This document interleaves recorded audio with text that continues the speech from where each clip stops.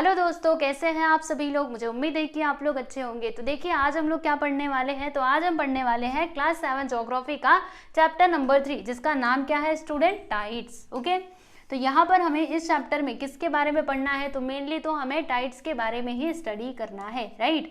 अभी आप सोच रहे होंगे कि ये टाइड क्या होता है, तो चिंता मत करो, सारी चीज़ें बताई जाएंगी। अभी धीरे धीरे आगे तो बढ़ने दो।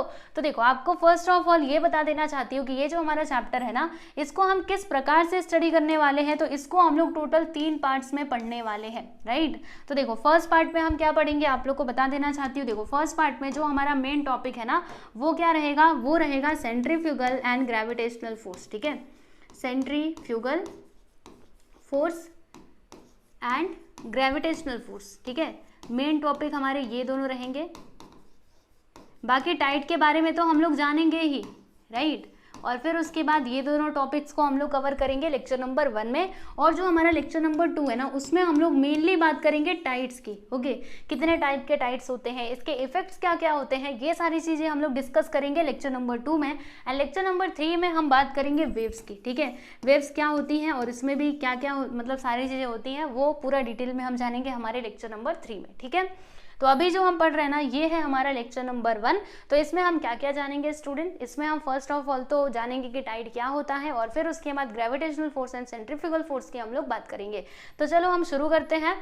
तो देखिएगा यहाँ पर फर्स्ट ऑफ ऑल आपको ये दोनों पिक्चर्स दिखाई दे रहे होंगे। बताइए इसमें आप क्या देख पा रहे हैं। तो देखो ये जो दोनों पिक्चर्स है ना, वो दोनों सेम प्लेस के ही हैं, मतलब एक ही जगह के दोनों पिक्चर्स हैं। लेकिन इसमें अगर आप देखेंगे तो यहाँ पे कुछ भरा हुआ है। बोलो ये सब क्या है। ये जो आप देख रहे हैं ना स्टूडेंट, ये क्या है, ये पानी है। इसमें देखो पानी मतलब किनारे पर आया हुआ दिखाई दे रहा है, और इसमें अगर आप देखेंगे तो पानी पीछे की तरफ गया हुआ दिखाई दे रहा है। मतलब इसमें पानी आगे की तरफ आया है और इसमें पानी पीछे की तरफ गया है, राइट। तो ये क्या हो रहा है बताओ। आप लोगों ने समुद्र के किनारे आप सभी गए होंगे, वहां पे आपने देखा भी होगा कि एक बार क्या होता है, पानी ना किनारे की तरफ आता है, फिर एक बार पानी किनारे से दूर जाने की कोशिश करता है। जैसे यहाँ पर हुआ है, देखो ये इसका कोस्ट है, राइट, मतलब ये इसका किनारा है। तो देखो पानी अभी किनारे की तरफ आया हुआ है, और यहाँ पर देखेंगे तो पानी दूर जा चुका है, थोड़ा पीछे जा चुका है, राइट। तो ये जो आप देख रहे हैं ना स्टूडेंट, पानी कभी बाहर आ रहा है, कभी फिर अंदर जा रहा है, तो इसी को हम लोग किस नाम से जानते हैं, टाइड्स के नाम से जानते हैं। मतलब यही है हमारा टाइड। ये जो पानी के अंदर, समुद्र के अंदर ये जो मूवमेंट हो रहा है ना, कि पानी किनारे पे आ जा रहा है, कभी किनारे से पीछे चला जा रहा है, तो ये कुछ नहीं बल्कि क्या है स्टूडेंट, ये हमारा टाइड ही है। ओके, तो टाइड का सिंपल सा मतलब समझ में आया। अभी इसको पूरा डिटेल में हम स्टडी करेंगे हमारे लेक्चर नंबर 2 में। ओके, तो देखिएगा स्टूडेंट्स, इसका ज्योग्राफिकल एक्सप्लेनेशन क्या बताया गया है। देखो दोनों ही जो फोटोग्राफ्स है वो सेम प्लेस के हैं, मैंने आपको पहले ही बता दिया, राइट। एक में हमने क्या देखा कि पानी जो है वो कोस्ट मतलब कोस्ट पर आने की कोशिश करता है, यानी कि किनारे पर आने की कोशिश करता है, और कभी वो किनारे से दूर जाने की मतलब दूर चला गया होता है। ठीक है, तो ये जो मूवमेंट हो रहा है पानी के अंदर, इसी को हम लोग बोलते हैं टाइड। ओके, और ये लगभग हर सी कोस्ट पे होता ही है, मतलब कुछ ही ऐसे एक्सेप्शन होंगे जिनको छोड़ करके हर एक कोस्ट पे ये टाइड आते रहता है। ठीक है, high tide and low tide ये दोनों क्या है, नेचुरल फिनोमिना, मतलब ये नेचुरली होते रहते हैं, और ये रेगुलरली होते हैं, रोज होते हैं, डेली एंड रेगुलरली होते हैं। ठीक है, अब जो इसके पीछे का साइंटिफिक रीजन है ना स्टूडेंट, उसको हम समझेंगे। जैसे देखो ये जो हम देख रहे हैं पानी में जो मूवमेंट हो रहा है सी वाटर में, ये कितना सिंपल सा और नेचुरली हमें दिखाई देता है, लेकिन ये इतना आसान नहीं है इसको समझना। देखो इसके पीछे जानते हो क्या क्या कारण है। देखो इसके पीछे ना डायरेक्टली ये किससे रिलेटेड है, हमारे सन, मून एंड अर्थ से रिलेटेड है। ठीक है, इसके अलावा इसमें और क्या इन्वॉल्व है, तो gravitational force and centrifugal force भी यहाँ पर इन्वॉल्व है। ठीक है, तो देखो बच्चों यहाँ पर पहले कुछ और बातें करते हैं। जैसे देखिएगा यहाँ पर ये डेली एंड रेगुलरली होते रहता है, राइट। और देखो यहाँ पर the level of sea water changes after a specific period of time. जैसे कि ना यहाँ पर एक लेवल डिसाइड होता है, मैं आपको बताना चाहती हूँ। देखिएगा क्या होगा, देखो आप लोगों ने समुद्र में देखा भी होगा, जैसे हम लोग जाते हैं ना समुद्र के किनारे, कभी जाते हैं, वो त्योहार एक होता है छठ पूजा, ठीक है, तो उसमें हम लोग वहीं पर जाया करते थे। तो मैं आपको खुद अपना एक्सपीरियंस बता रही हूँ, सुनो ध्यान से, तब आपको ये अच्छे समझ में आ जाएगा। हम जाते थे शाम को, ठीक है, तो हमने क्या देखा कि पानी का लेवल कहाँ तक है, मतलब पानी का लेवल थोड़ा दूरी पे रहता था, तो उससे हम थोड़ा दूरी पे क्या करते थे, अपना पूजा करने वाला बनाया करते थे। ठीक है, मेरी मम्मी क्या करती थी, ठीक, तो वहाँ पे हमने रात को पूजा वूजा किया, पूरा दिया हुआ लगाया। फिर जब हम सुबह जाते थे, क्योंकि शाम को भी जाना पड़ता है, फिर सुबह भी जाना पड़ता है, तो जब हम सुबह उठ के जाते थे तो वहाँ पर जाकर के हम क्या देखा करते थे कि पानी का लेवल जो है ना वो बढ़ चुका है, और इसके कारण जो हमने पूरा पूजा किया था, वहाँ पे जो भी चीज़ें हमने बनाई थी वो सब कुछ बह गया होता था, सब कुछ साफ हो गया होता था। तो बताओ इसका कारण क्या है? शाम को तो ऐसा नहीं हो रहा था, पानी वहीं तक आ रहा था, फिर रात में ऐसा क्या हो गया कि पानी पूरा किनारे तक आ गया। तो यही तो है उसका लेवल, यानी एक बार पानी का लेवल बढ़ता है फिर वो धीरे धीरे करके घटता है। मैं आपको समझाती हूँ, देखो जैसे कि मान लीजिए ये हमारा प्यारे बच्चों क्या है, समुद्र है, ठीक है, सी है। अब जो इसका वाटर है ना, एक बार तो इसका लेवल जो है वो बढ़ना चालू होगा, फिर धीरे धीरे घटेगा। तो मान लीजिए इसका हाईएस्ट लेवल ये है और इसका जो लोवेस्ट लेवल है ना ये है, ठीक है।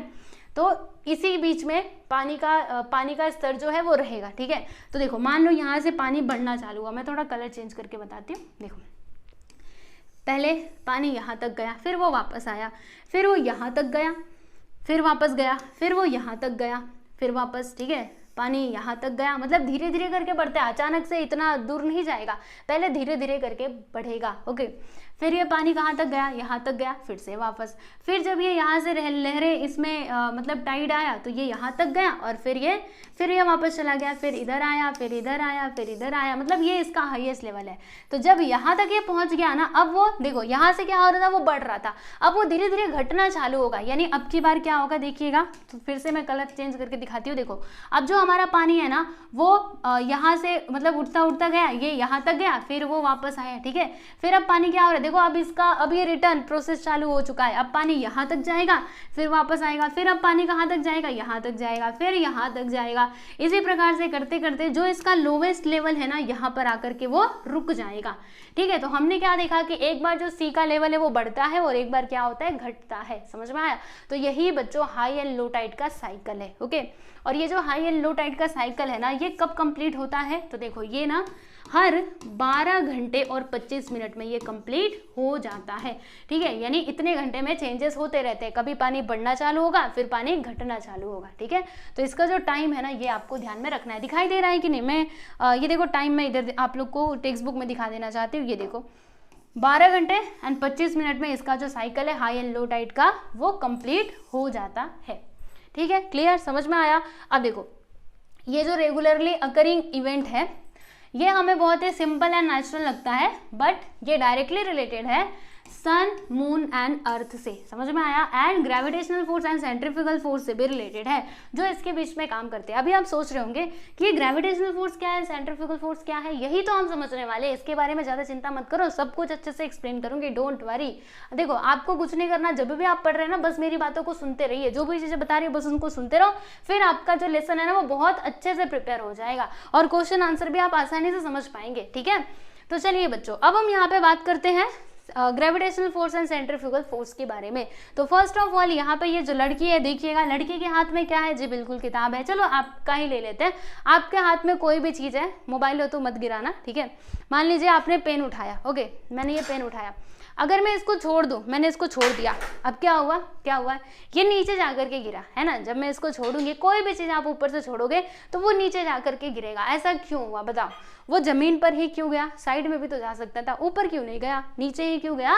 तो ये नीचे जाता है only because of gravitational force. तो ग्रेविटेशनल फोर्स किसके पास है? हमारे अर्थ के पास है। देखो ग्रेविटेशनल फोर्स के कारण ही हम जमीन पर टिके हुए हैं। अगर हम अर्थ के बाहर जाते हैं ना, जैसे अंतरिक्ष में लोग जाते हैं, राइट, तो वहां पर जाकर के वो जमीन पे नहीं टिक पाते, एक जगह वो टिक ही नहीं पाते, वो ऐसे हवा में उड़ते रहते हैं, उनके बाल भी खड़े रहते हैं। समझ में आया आप लोगों को? तो ग्रेविटेशनल फोर्स के कारण, जैसे ये लड़की है, लड़की के हाथ में क्या है, हाँ नोटबुक है और ये चौक है। तो जब ये नोटबुक हिलाएगी डुलाएगी तो चौक कहाँ पर गिरेगा?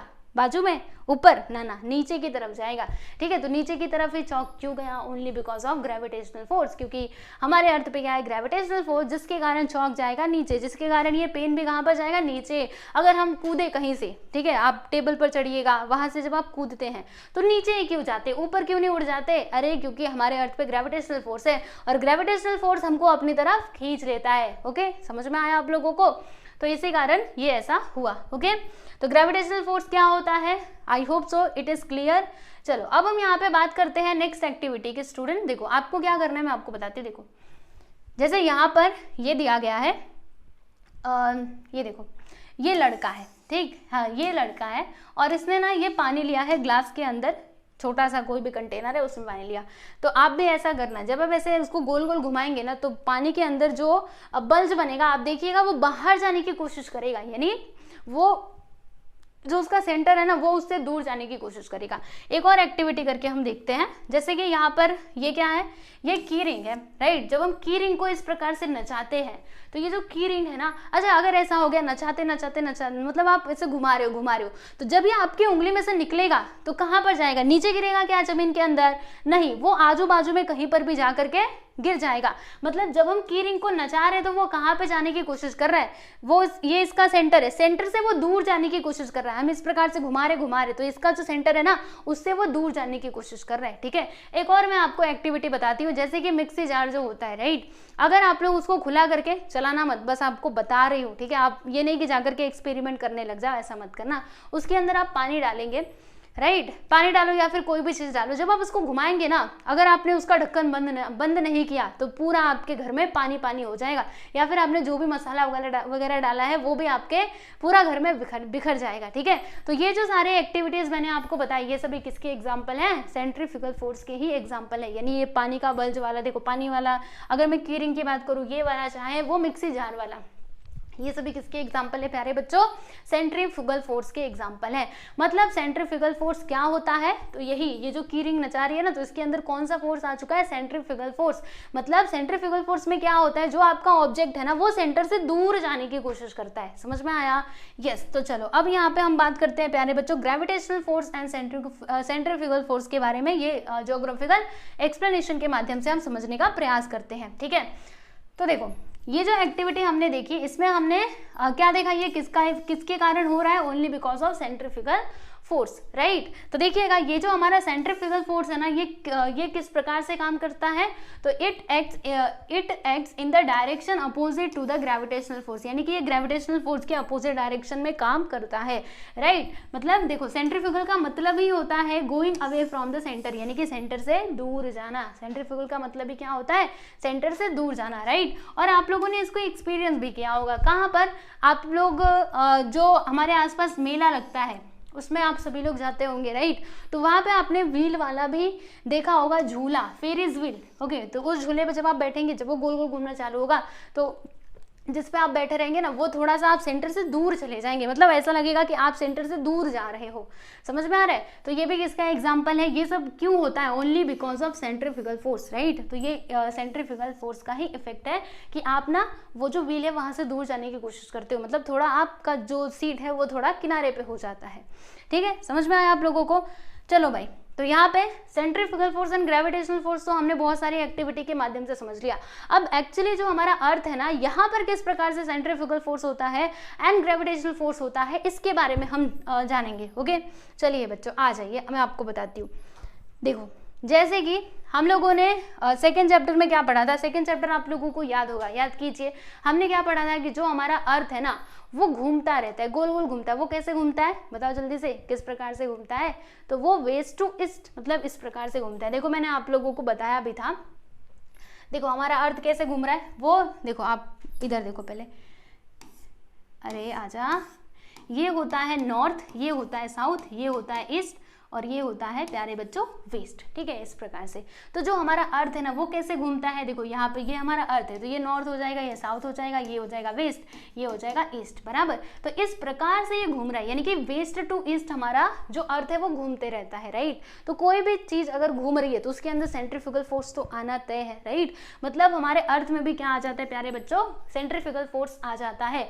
तो इस अर्थ के सेंट्रीफ्यूगल फोर्स के कारण कोई भी चीज ना हम अर्थ से दूर अंतरिक्ष में भेज सकते हैं, यानी कि वहां से वो फेंका जा सकता है।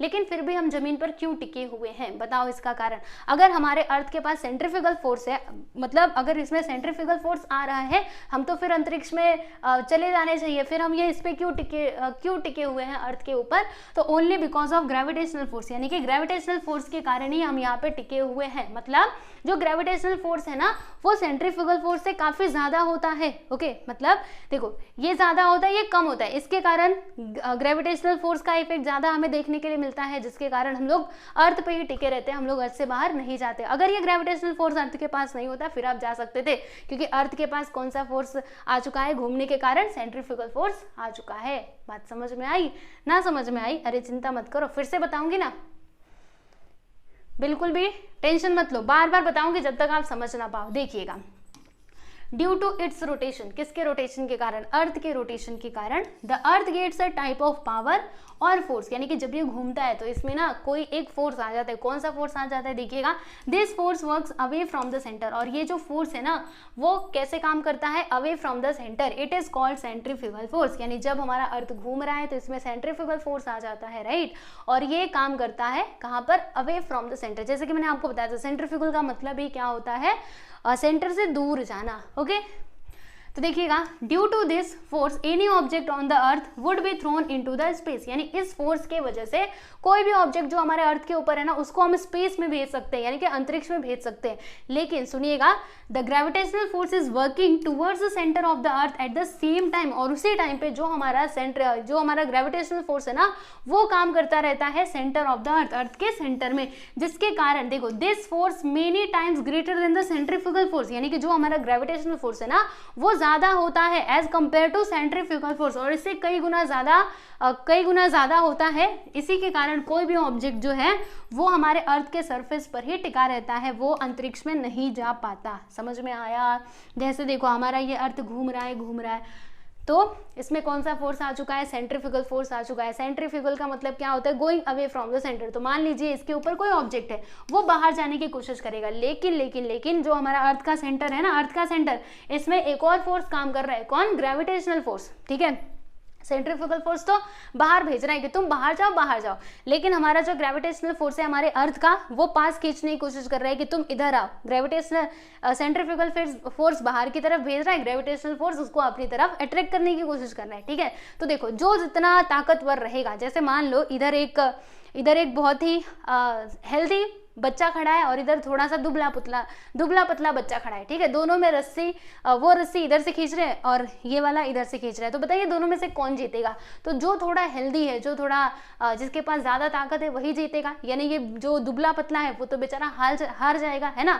तो ऐसा क्यों हुआ, क्योंकि इसके पास ताकत ज्यादा थी, इसके पास कम थी। तो सेम चीज यहाँ पर भी है, जो फोर्स ज्यादा होगा वही यहाँ पे वही यहाँ पर काम करता हुआ दिखाई देगा, है कि नहीं। तो देखिएगा जो हमारा ग्रेविटेशनल फोर्स है ना वो ज्यादा होता है सेंट्रीफ्यूगल फोर्स से, इसी के कारण हम लोग अर्थ पे ही टिके रहते हैं। अगर ये कम होता, ग्रेविटेशनल फोर्स थोड़ा भी लूज पड़ता ना, तो फिर ये ज्यादा हावी हो जाता और फिर हम अर्थ के बाहर चले जाते, स्पेस में चले जाते। पर ऐसा नहीं होता है, ग्रेविटेशनल फोर्स ज्यादा होता है, सेंट्रीफ्यूगल फोर्स कम होता है, दैट्स व्हाई हम अर्थ के सरफेस पर ही बने रहते हैं। ठीक है जी, क्लियर हुआ। देखो भैया इधर देखो, ये हमारा अर्थ है, नॉर्थ पोल साउथ पोल, ठीक है। देखो ये C फॉर क्या होता है, सेंट्रीफ्यूगल फोर्स, G फॉर क्या होते हैं प्यारे बच्चों, ग्रेविटेशनल फोर्स, ठीक है।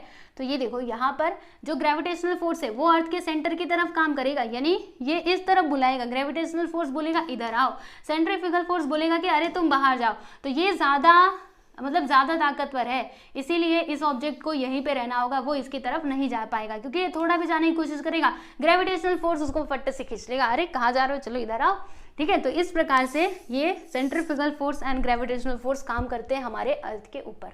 ठीक है प्यारे बच्चों, समझ में आया centrifugal force and gravitational force क्या होता है। I hope it is clear, आप लोग को सारी चीजें समझ में आ गई होंगी।